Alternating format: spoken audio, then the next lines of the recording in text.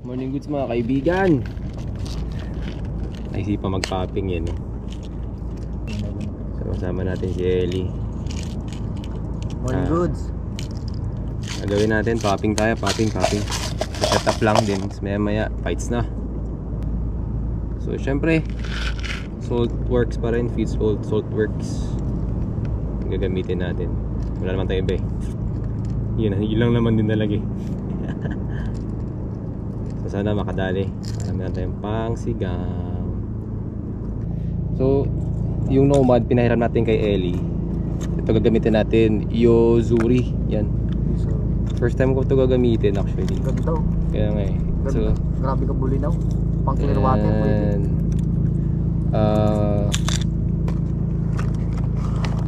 Well, binili ko talaga tong kuryente sa fishing villa para sa Sabang area.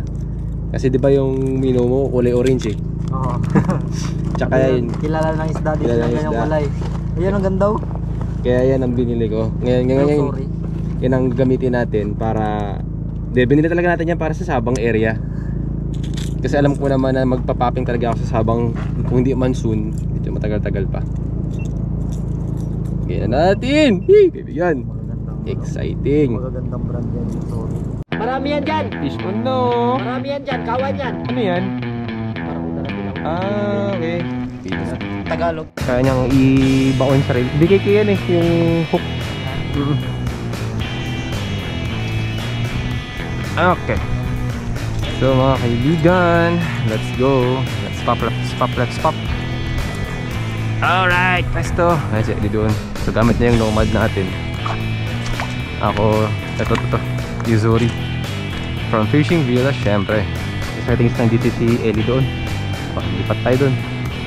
Siyempre kung sa target natin, doon tayo. Let's go. Ito banda eh. Low tayo data.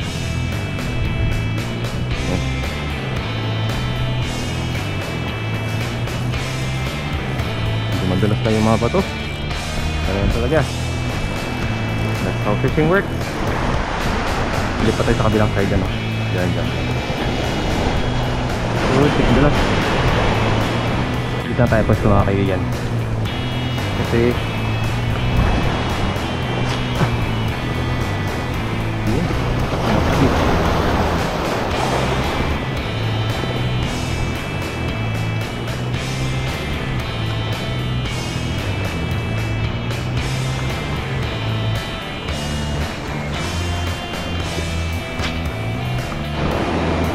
kaya natin dito mga ilang cast lang siguro. Siguro mga 10 cast. Pag wala tayo lugipan.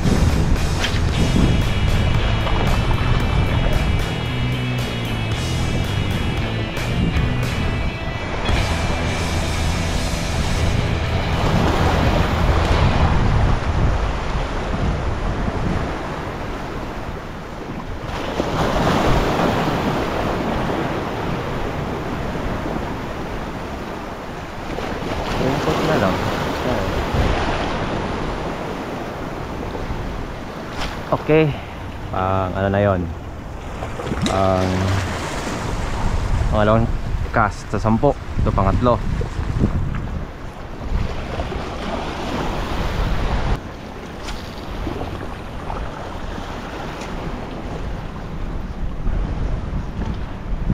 Pre, hinabol pre!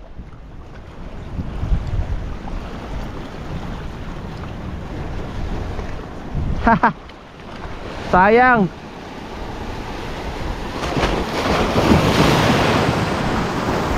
Yan lang, lipat tayo ng konti. Namabasa tayo ng alon. Doon banda oh. Ano? Lipat tayo. Sige, last cast.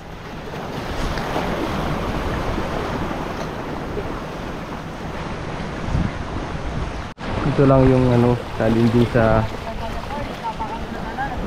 dito ka ano. Kailangan talaga maglakad-lakad sa magdulas na bato. Ay. Yan. Let's go. Yan. Dito tayo. Hakbang. Yun. Yan. Uy.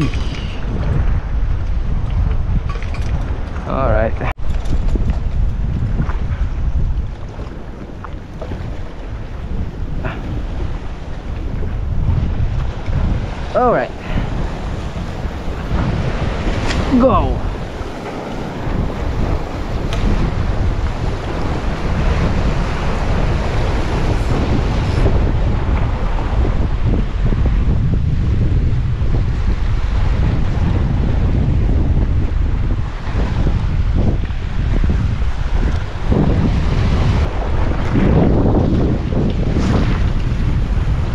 Itong ginagawa natin, yung target talaga natin mga GT, Kuda, yun ano. So one good fight is enough na mga kaibigan.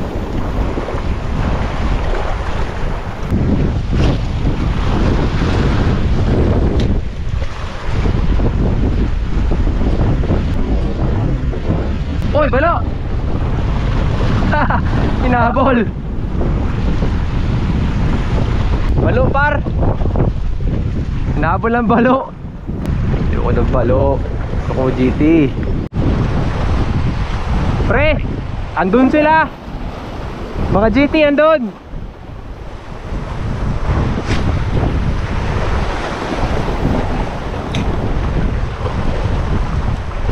Positive mga kaibigan.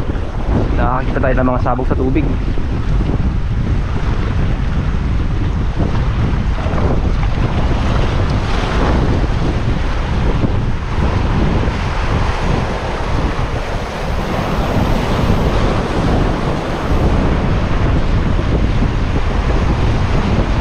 Oh! Wow!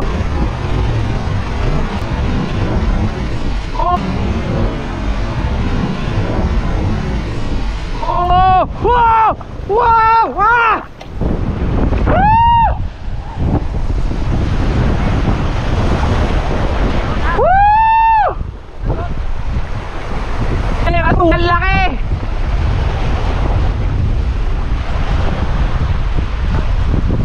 Tumuwid yung ano?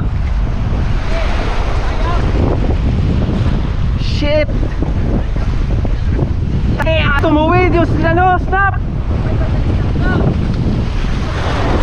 Agay!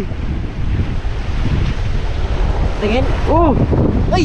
Nang-stop. Sayang. Laki nun! Ilang line mo, sayang. Kuha sana yun, pre. Grabing stripe niya. Kaya nga! Ay, wala guys. Bumigay. Bug! Pero malaking snap na rin to ah. Laki na yan! Ay, sayang.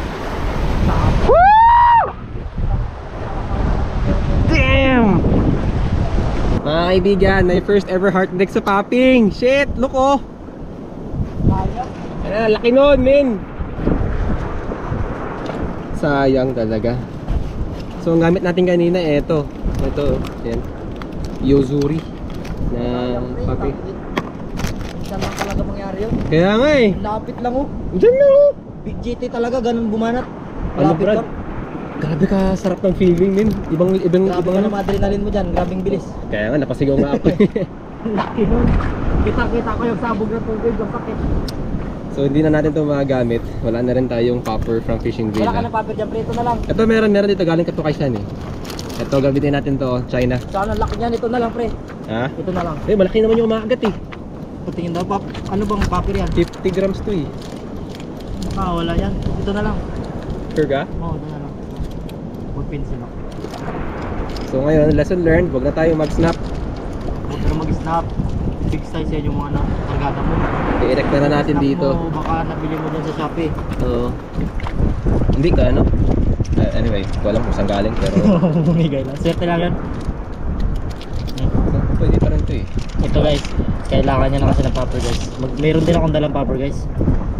Siyempre, I-erect na natin sa ano. sayang talaga. Unang hinayang doon. Grabe kalakas nun. First time natin yun mga kaibigan, ganun kalakas na strike sa popper. Nakita ko kasi sumabog doon. Oo. Ang laki. Marami yan dito nag-ikot-ikot. Kaya ngayon, doon Sana ko makapakain hinagis. pa tayo. Minsan isang beses pa lang naman yan, hindi na mag-ulit. Oo, may pagka ano yan, may pagka swertihan din kasi yan eh. May popper din ako dito eh. May pencil ako dito. Try natin itong pencil ka. May popper na lang kasi. So, popper kumakagat, malalaki eh. Okay nga. Good size talaga. Kita ko yung pag kislap niya dyan, oh. Kasi parang may meron pa lumaban pa, naghilaan pa kami. Sakin talaga. Sayang.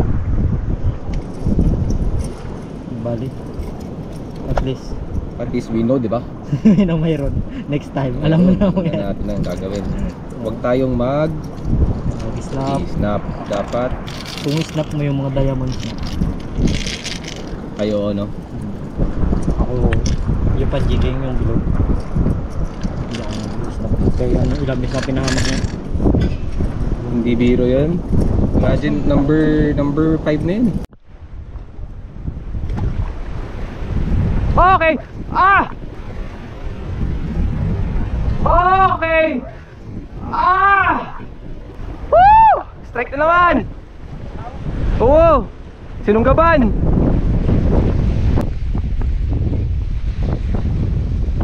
Wow! Salanga! Ayan mga kaibigan. Hindi ko talaga alam ha kung pero nakakainis, alam mo yun. Kasi ang tagal mong hinintay yung ganong klaseng strike para sa sa popping. Dumating. Hindi mo in-expect na yung snap na ginamit ko ay tutuwid. So far ha. Kasi yung number 0 na snap na ginagamit ko sa micro at light jigging, 0 yun, ang liit lang nun. Kaya niyang iangat ang 4 kilos na isda. Sa bato, I think 10 kilos nakaangat yun eh. Pero yung number 5 ata, number 4 putol, na tuwid niya. So hindi ko alam saan ang mali dun. Ano si Eddie? Sa GG. Doon siguro. Huwag rin sumuko. Huli pa tayo. Hindi tayo susuko mga kaibigan. Kasi may nakita tayong after ng big strike natin, may nakita tayong isa pang mamsa na lumalangoy sa gilid ng batuhan. Itong parang islet na ito. Dito tayo susuko. Huhulihin natin yan. Hindi ba yung eksaktong isda na nahuli, pero napaka pambihirang pagkakataon nun kung yung kumagat nung lure natin kanina siya din yung mahuhuli natin. Aha, sige, basta ngayon na lagi natin ito ginagawa. Nagkaka-idea tayo sa habitat ng target natin na isda, no? So let's hope makaabot ba natin ito kanina, parang hindi ata. Nag quick break tayo, no? Mula sa sunod-sunod na pop. Yun lang yung disadvantage ng mabibigat na gear yung pang malakihan, kasi mapapagod ka talaga agad. Pero yun nga ang habol mo, big game tayo, big fish ang hinahabol natin na mahuli. Hanggang ngayon hindi pa ako makagit over dun sa nadali ko kanina. Laki. First time na ganun kalakas yung adrenaline mo yun. So medyo similar siya sa jigging, no? Yung popping, medyo similar siya doon kasi madalang kakagatan, pero ang kakagat malaki kaagad. So hindi pa tayo doon sa kaninang spot, baka nandun pa sila. So malakas yung hangin, nilipat tayo. Babalik ako doon sa may kulay na yun. Kasi yung hangin dito, wala eh, kailangan hangin eh. Pag nag-aagis ako, pinabalik niya na sa akin yung lure. Tayo, kabila.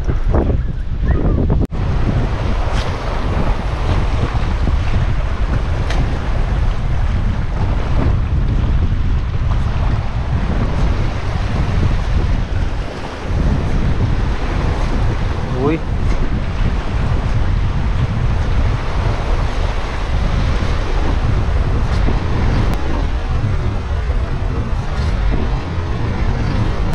Oh yeah!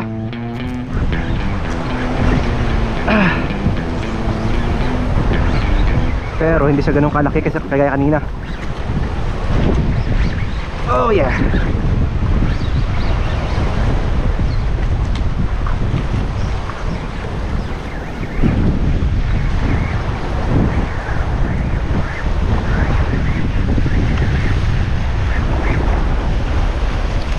Oh, come on, baby!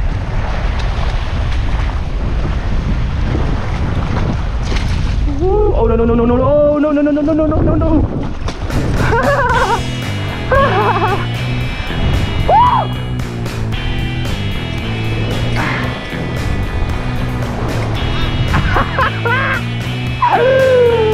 Come on.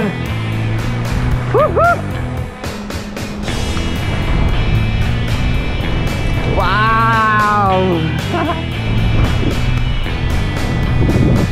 Alright mga kaibigan.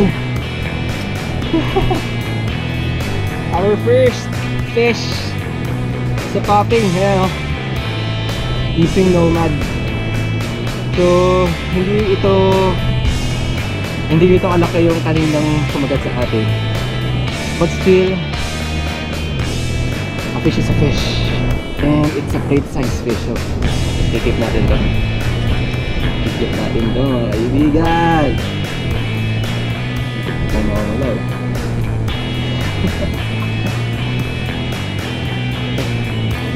Alright. Yeah. Wow, yan na mga kaibigan. At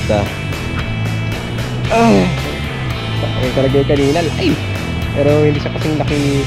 Hindi kasing laki ng kanina talaga eh. But anyway, okay pa rin. Hindi pa tayo uwing muluhaan. Let's go!